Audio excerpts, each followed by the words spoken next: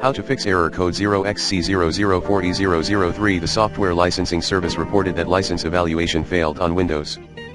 Here are some methods that would help fix error code 0xc004e003. The software licensing service reported that license evaluation failed on Windows.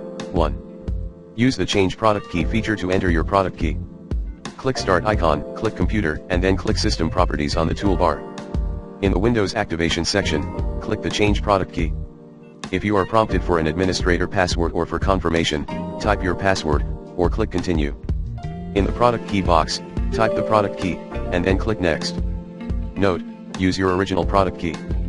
Follow the steps in the Windows Activation Wizard to complete the activation process. 2. Type Windows by using the automated telephone system.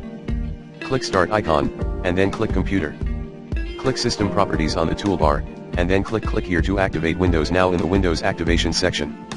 If you are prompted for an administrator password or for confirmation, type your password, or click Continue.